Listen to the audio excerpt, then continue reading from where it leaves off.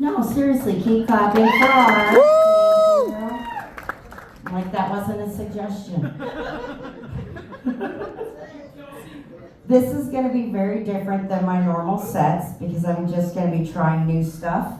So there's not going to be much of like transitions or flows or anything smooth. It's actually going to be more like a real conversation with me, which kind of means at some point I will derail this train.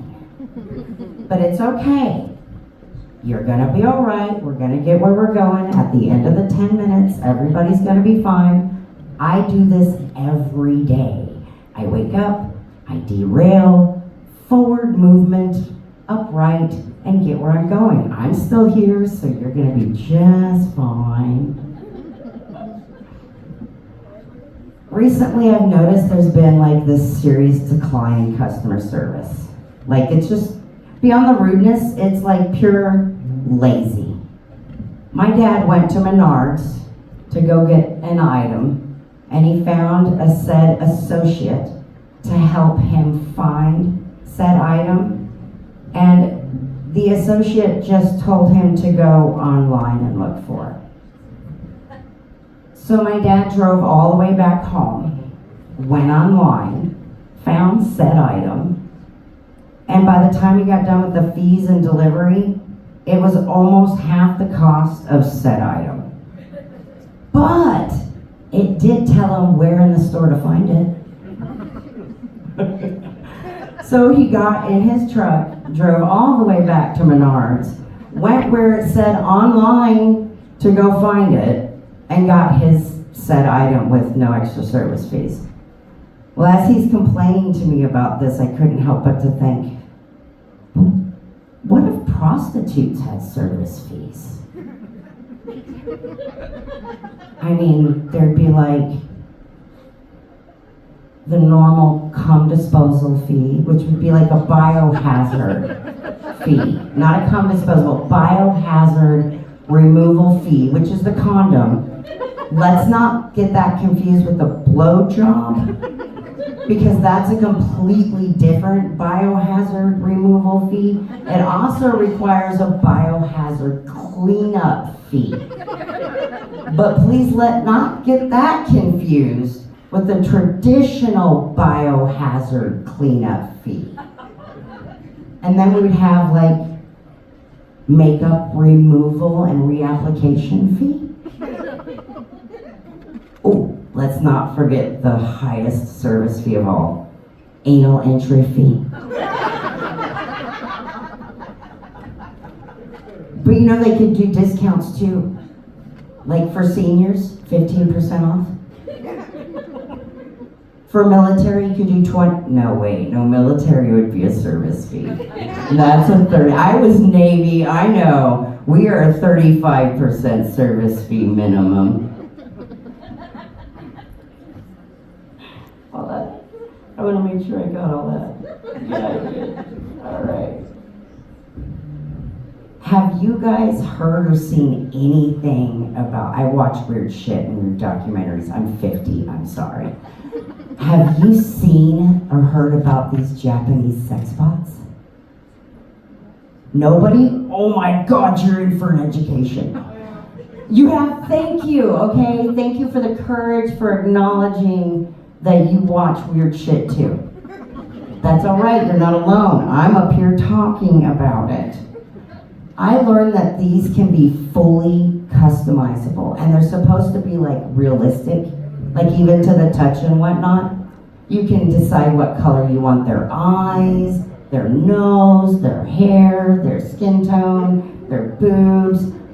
You can even pick what personality she gets. But my question is, how many do you get to pick? Because if you have one with only one personality, that's not realistic.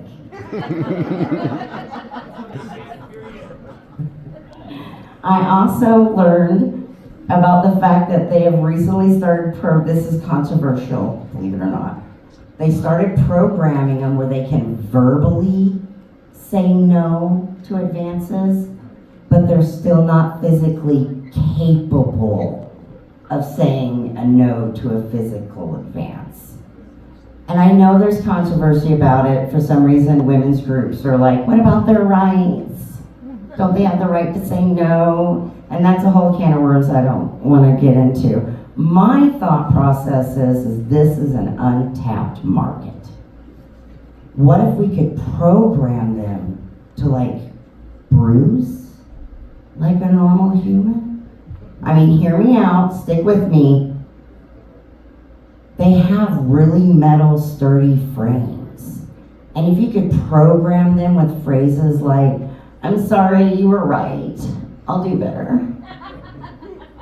Or even the ultimate, I know you love me, it's all my fault, I should not have talked to that cashier. Think of all the domestic violence we could stop. And then there's the extra market of if they break it, then they gotta send that in for repairs. That's even more money. I'm just saying, I think it's a mixed market, and I am trying to help solve problems. How many of you guys, I love Casper because it's the only place in the world where I can say, do you know who my dad is? And there's like an 89% chance that some of you guys know who my dad is. And I'm gonna prove this. I'm gonna walk up so I can see hands, because I need hands before I say his name. How many of you guys go to the ice rink at Davis Street during the winter? Okay, you know the guy who drives the Zamboni, the one who floods the ice in the bitter cold at night so it's ready for you guys to have fun on? That's my dad!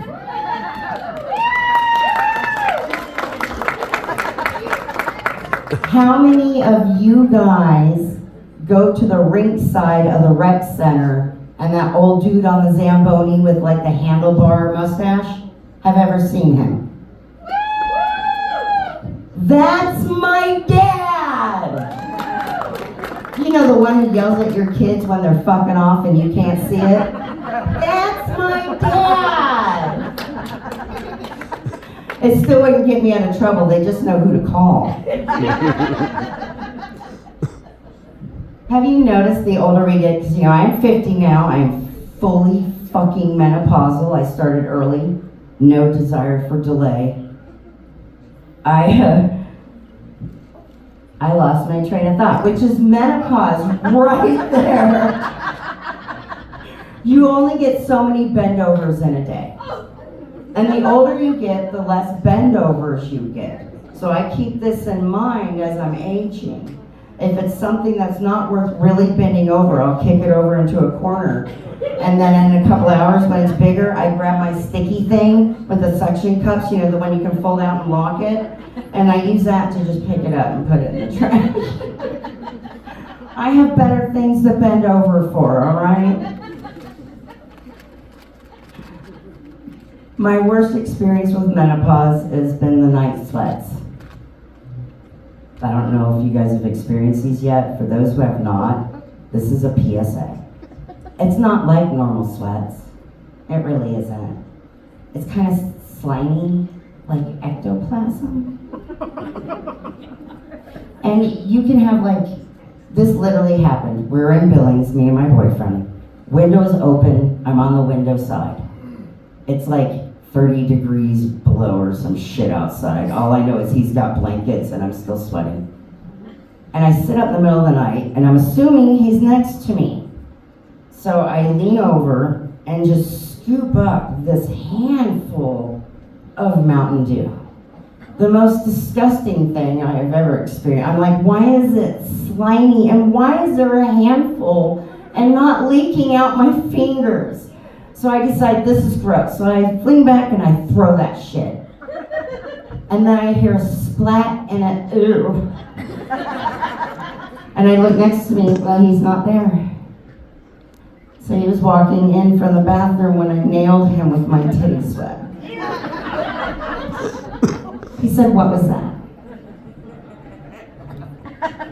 That was my titty sweat. He said, I don't know whether or not to be grossed out or aroused. I said, well, let me know. So he stood there for about a minute, and then he said, no, we're just gonna go back to bed.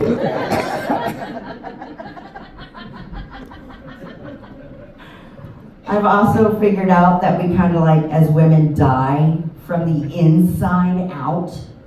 Because, you know, first we have our menstrual cycle. For those of you who don't know, women menstruate. That's what those things are in the bathroom underneath the counter that we freak out when you see. Yeah, don't. That's what that is. And the dog keeps dragging all through the living room. That's what that is. That's another part of the dying process. Is coming home and seeing it strewn all, and you gotta pick it up before the kid comes in. You know, they're right behind you, backpack and all, and you're like, what the fuck? So you get really good at cleaning that up fast.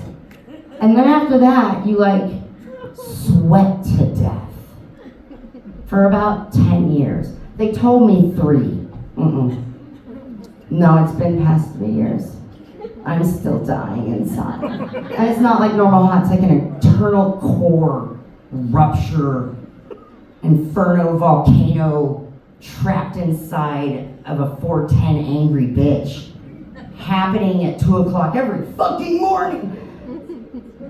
It's just a repeat process. And then you're cold until you die. That's our cycle of life. While you men get to enjoy the fruits of your labor all the way up until the end.